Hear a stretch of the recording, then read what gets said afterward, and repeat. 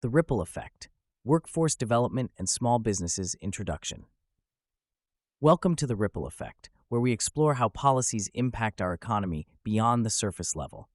Today, we're diving into workforce development, a policy that often gets headlines but rarely receives the deep analysis it deserves. We'll explore the first, second, and third order effects of workforce development policies on small businesses. By looking beyond the initial impacts, we can better understand how these policies might shape the economic landscape, particularly for the small business community. First order effects, immediate impact.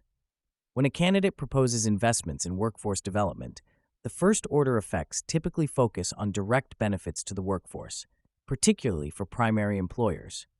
A primary employer is a business that drives local economic activity by producing goods or services that bring in money from outside the region to support the local ecosystem. So, how do politicians propose investing in workforce development? Well, investments in workforce development can occur in several ways. 1. Education and training programs. Funding for vocational training, apprenticeships, adult education, and other programs that help workers gain new skills or upgrade existing ones. For example, the government might fund training programs for wind turbine technicians to meet the growing demands of the renewable energy sector. 2. Partnerships with employers. Collaborating with businesses, including both primary and secondary employers, to ensure that training programs align with industry needs. As a reference, a secondary employer is a business that supports primary employers and their employees by providing local goods or services, relying on the economic activity generated by primary employers to sustain the local economy. Partnerships could mean funding customized training programs that address specific skill gaps in industries like our wind power technology example. 3. Support services. Providing resources such as career counseling, job placement services, and support for unemployed or underemployed individuals to help them transition into new roles when a primary employer closes up shop. 4. Infrastructure development. Investing in educational institutions, community colleges, and workforce development centers that offer reskilling programs. For small businesses, the immediate benefit is access to a more skilled labor pool, even if they aren't the primary focus of these programs. For example, a local maintenance company that services wind turbines might benefit from hiring newly trained technicians who have gone through government-funded vocational programs. However, there's a flip side. The funding for these programs usually comes from taxpayer dollars. This means that everyone might experience a tax increase. Alternatively, the funding could result in deficit spending or reductions in funding for other programs. For small business owners and other taxpayers, these fiscal changes could present additional financial challenges, especially for those already operating on thin margins. Second-order effects ripple through the economy. As we move to the second-order effects, the broader economic impacts begin to unfold. Workforce development leads to a more skilled labor force, which in turn increases productivity across industries. For primary employers, such as wind power companies, this means greater efficiency and the potential to scale their operations more rapidly. Small businesses that provide services or products to these larger companies can benefit indirectly. For instance, a local supplier of wind turbine components may see an increase in demand as the wind power sector grows, driven by a more capable workforce. Similarly, secondary employers, such as local engineering firms that design parts for wind turbines, might see new business opportunities as the primary sector expands. However, as workers gain new skills and become more valuable, they often demand higher wages. For small businesses, this leads to increased payroll costs, which can strain their financial resources.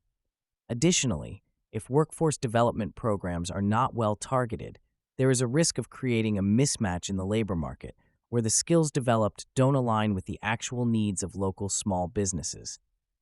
This could result in some small businesses struggling to find workers with the specific skills they require, despite overall improvements in the workforce. Third-order effects. Long-term consequences. Finally, let's consider the third-order effects, the long-term consequences that often go unnoticed.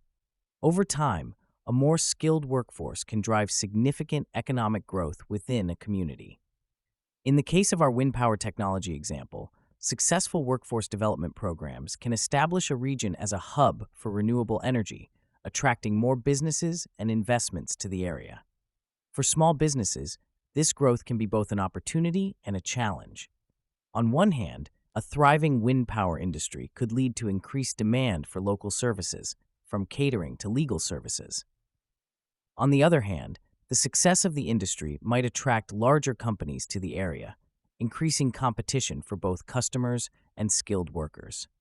Small businesses might find it challenging to retain their workforce as larger companies offer more competitive salaries and benefits. Additionally, if the local economy becomes heavily dependent on a single industry, like wind power, small businesses could face risks if that industry experiences a downturn. Diversifying the local economy becomes crucial, but it can be difficult for small businesses to pivot if their operations have become closely tied to the success of a single sector. Conclusion. In conclusion, understanding the distinction between primary and secondary employers is key to grasping the first, second, and third-order effects of workforce development policies. First-order effects often provide direct benefits to primary employers, while second-order effects create a ripple, indirectly boosting secondary employers and their local ecosystems.